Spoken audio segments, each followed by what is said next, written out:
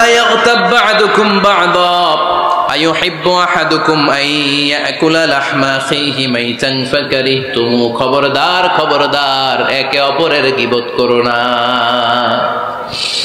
গীবত আছে, এটা একটা মহামারী। গীবত হচ্ছে মহামারী, বাংলাদেশের জাতীয় রোগ। আমি নাম দিয়েছি বাংলাদেশের জাতীয় শারীরিক রোগের নাম হচ্ছে ডায়াবেটিস, ঠিক কি না?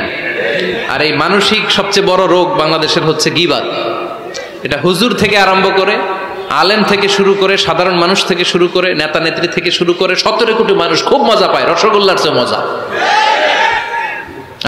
আপনার ইবাদত গুলো দিয়ে দিচ্ছেন সব আরেকজনকে, যার ব্যাপারে আপনি গীবত করতেছেন।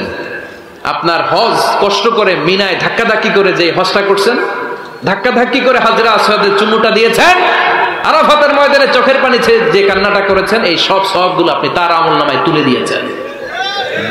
তার ব্যাপারে গীবত করে, চগলখুরি করে, তার কথা আরেকজনের কাছে লাগিয়ে, ওর কথা আরেকজনের কাছে লাগিয়ে, এই যে সমাজে গিরিঙ্গি লাগালেন আপনি, এই যে সামাজিক ভারসাম্য রক্ষা করলেন, আপনার সব ইবাদতগুলো আল্লাহ ভাগ করে ওদের আমলনামায় তুলে দিয়েছে। খবরদার, মরা ভাইয়ের গোশত খাওয়ার চেয়ে বড় অপরাধ। এই দেশে হালাল সিস্টেমে অনেকে গীবত করে এইভাবে, আমি আপনাদেরকে দেখাই। কথা শুরু করবে এইভাবে, কি যে অবস্থা সমাজের, বলাও যায় না, বললে তো গীবত হয়ে যায়, না বলেও পারি না, তাই না? এরকম বলে না অনেকে? বললে তো কি হয়ে যায়? হ্যাঁ, বললে যদি গীবত হয়ে যায় তাহলে স্টপ। এতটুকু যেহেতু বুঝেন যে বললে গীবত হয়ে যায়, তখন স্টপ। আওয়াজ করে বলেন, তখন স্টপ। মেরাজ রজনীতে বিশ্বনবী দেখলেন রিজালান, কিছু লোক, লাহুম আজফারুন মিন নুহাস, তামা দিয়ে তৈরি আঙ্গুল, এই আঙ্গুলগুলো দিয়ে তারা ইয়াখদাশুনা উজুহাহুম ওয়া সুদুরাহুম, নিজেদের লোহার আঙ্গুল দিয়ে, তামার আঙ্গুল দিয়ে নিজের গালের গোশত, নিজের বুকের গোশতগুলো টেনে টেনে ছিঁড়ে ছিঁড়ে খাচ্ছে।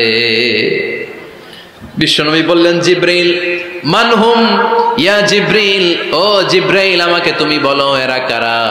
সাইয়েদনা জিব্রাইল বললেন, হুম আহলুল গীবাতি মিন উম্মতিক, আপনার উম্মতের মধ্যে যারা দুনিয়ার বুকে গীবত করত, এই লোকগুলো হলো তারা। চায়ের দোকানে এগুলো খুব চলে, এর কথা ওর কানে, ওর কথা এর কানে, এরকম একটা গিরিঙ্গি লাগায়, আছে না নাই? এগুলো করবেন? গীবত কাকে বলে? যিকরুকা আখাকা বিমা ইয়াকরাহ, সহিহ হাদিস। ভাইয়ের ব্যাপারে এমন কথা বলা যেটা শুনলে, তার অনুপস্থিতিতে এমন কোনো কথা বলা যেটা শুনলে সে মনে কষ্ট পাবে, বলবেন এগুলা? না, স্পেসিফিক কিছু কাজে বলতে পারেন। যেমন সমাজে কেউ দুর্নীতি করতেছে, খুব খারাপ কাজ করতেছে, সমাজটাকে শেষ করে দিচ্ছে, তার বিরুদ্ধে জনমত তৈরি করার জন্য বলতে পারেন। আপনি দেখলেন আপনার বন্ধুর ছেলে গাছের চিপায় লুকায় লুকায় সিগারেট খায়, আপনি আপনার বন্ধুকে যে বলতে পারেন, তোমার ছেলের এই দশা, তোমার মেয়ের এই দশা। এগুলো তো গীবত হবে না, কিন্তু কারো ব্যাপারে কারো কান ভারী করার জন্য উল্টাপাল্টা কথা বলা যাবে? খবরদার। তাহলে গীবতকেও আমরা কি বলে দিলাম? এই 4-5 জন নো বলতে হবে, নো। গীবতকে আমরা কি বলবো? চগলখুরিকে কি বলবো? এগুলোর সাথে মুসলমানদের কোনো সম্পর্ক আছে?